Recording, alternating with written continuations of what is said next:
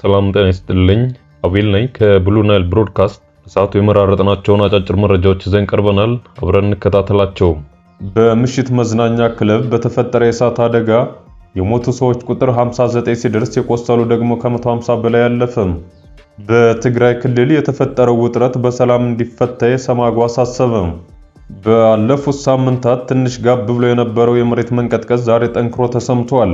ውድ የብሉ ናይል ብሮድካስት ተከታታዮቻችን እነዚህንና ከዓለም ዙሪያ ከአሜሪካ የመባረር አደጋ ላይ ያሉ ስደተኞችን የምትረዳው ቀይ ካርድና በሴቶች ላይ መካንነትን የሚያስከትለው ሊታከም የሚችለውን ከብልት ባክቴሪያ መጠን ጋር የተያያዙ ቢቪ ምንድነው የሚለውን መረጃዎች ይዘናል። አብረን ወደ ዝርዝሩ። በምሽት መዝናኛ ክለብ በተፈጠረ የእሳት አደጋ የሞቱ ሰዎች ቁጥር 59 ሲደርስ የቆሰሉ ደግሞ ከ150 በላይ አለፈ። በሰሜን መቄዶንያ ኮካኒ ከተማ በሚገኝ የምሽት መዝናኛ ክለብ ላይ እሁድ ማለዳ በተከሰተ የእሳት አደጋ የሞቱ ሰዎች ቁጥር 59 ሲደርስ የቆሰሉ ደግሞ ከ150 በላይ አልፏል። ከአደጋው ጋር በተያያዘ የመንግስት ባለስልጣናትና ፐልስ የተባለው ክለብ ስራ አስኪያጅ ጨምሮ 20 ሰዎች በቁጥጥር ስር መዋላቸውን የሀገር ውስጥ ሚኒስትሩ ፓንስ ቶስኮቭስኪ በሰጡት መግለጫ ተናግረዋል። ሚኒስትሩ እንደገለጹት እሳቱ የተፈጠረው በሙዚቃ ድግስ ወቅት በተቀጣጣይ ቁስ አማካኝነት ነው። በትግራይ ክልል የተፈጠረው ውጥረት በሰላም እንዲፈታ ኢሰማጎ አሳሰበ። የኢትዮጵያ ሰብአዊ መብት ኮሚሽን ኢሰማጎ በትግራይ ክልል በሁለት የህወሓት ቡድኖች መካከል የተፈጠረው ውጥረት የፕሪቶሪያው የሰላም ስምምነት በተሟላ መልኩ እንዳይፈጸም የሚያደርግና የሰብአዊ መብት ጥሰት ስጋት የሚፈጥር በመሆኑ በሰላም እንዲፈታ አሳስቧል። በፌዴራል መንግስትና በህወሓት መካከል ሲካሄድ የነበረው ጦርነት በደቡብ አፍሪካ ፕሪቶሪያ ጥቅምት 2015 በተፈረመ የሰላም ስምምነት መቋጨቱን ተከትሎ በክልሉ የተቋቋመውን ጊዜያዊ አስተዳደር በሚመራው ህወሓት አባላት መካከል በዋናነት የፓርቲው ጉባኤ መካሄድ አለበትና የለበትም በሚል ጉዳይ በሁለት ጎራ ተከፋፍለዋል።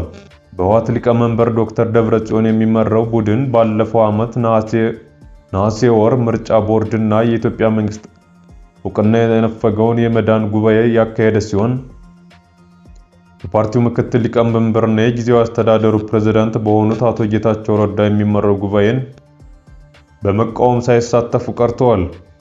ሁለቱ ቡድኖች ከዚያን ጊዜ ጀምሮ እርስ በርሳቸው በመግለጫ ወጋገዛቸውን የተለመደ ቢሆንም አቶ ጌታቸው መጋቢት 1 2017 በሶስት የትግራይ ከፍተኛ ወታደራዊ አመራሮች ላይ እግድ ከጣሉ በኋላ ውጥረቱ ከፍተኛ ደረጃ ላይ ደርሷል።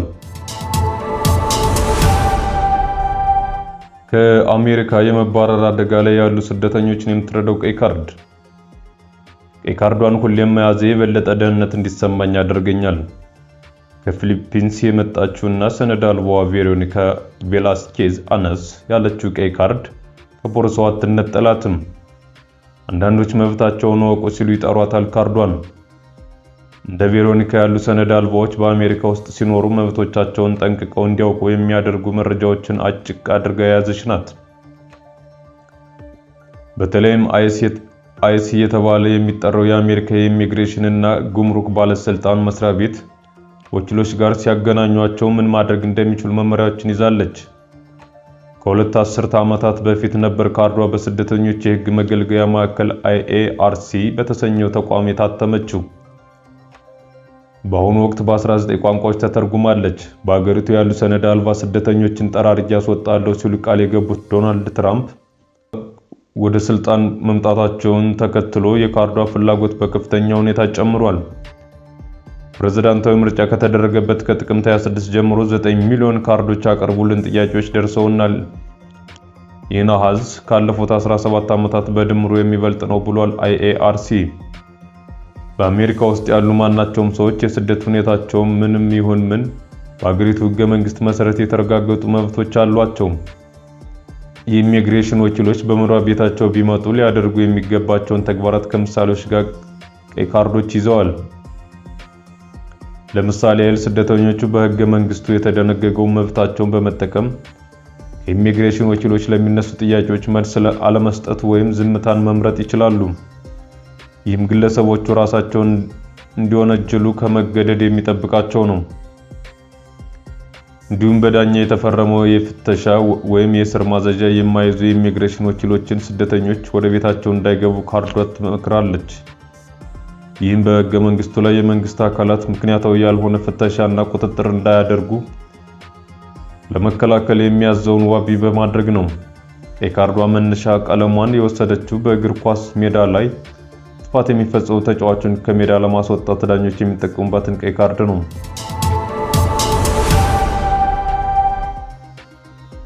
በሴቶች ላይ መካንነትን የሚያስከትለው ሊታከም የሚችለው ከብልት ባክቴሪያ መጠን ጋር የተያያዘው ቢቪ ምንድን ነው?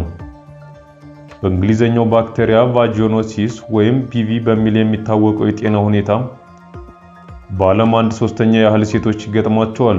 ዩናይትድ ኪንግደም ብሔራዊ የጤና አገልግሎት እንደሚለው ፒቪ የሚከሰተው በሴቶች የመራቢያ አካል ውስጥ ያለው ተፈጥሯዊ ባክቴሪያ መጠን ሲለወጥ ነው።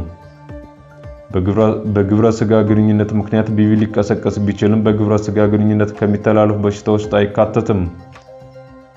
ፒቪ ሴቶች መካን እንዲሆኑ ወይም ልጆች ያለ ጊዜያቸው ቀድመው እንዲወለዱ ከማድረጉ በተጨማሪ ለጨቅላ ህፃናት ሞት መንስኤ እንደሚሆን የሕክምና ባለሙያዎች ይናገራሉ። በግብረ ስጋ ግንኙነት ወቅት ፒቪ ሊስፋፋ ይችላል። በኒው ኢንግላንድ ጆርናል ኦፍ ሜዲሲን ላይ የታተመውና በአውስትራሊያ የተሰራው ጥናት እንደሚጠቁመው ኢንፌክሽኑን ለማጥፋት መታከም ያለባት ፒቪ የተያዘች ሴት ብቻ ሳትሆን የወሲብ አጋሯም ጭምር ነው። ፒቪ ከተለመደው ውጭ የሆነና ጠረን ያለው ፈሳሽ ከብልት እንዲወጣ ያደርጋል። ቀለሙ ሊለዋወጥ ይችላል።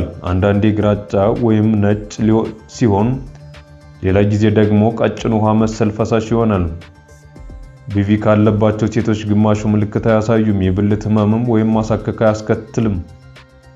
አንቲባዮቲክስ በመውሰድ አሊያም በጀል ወይም በክሬም ይድናል።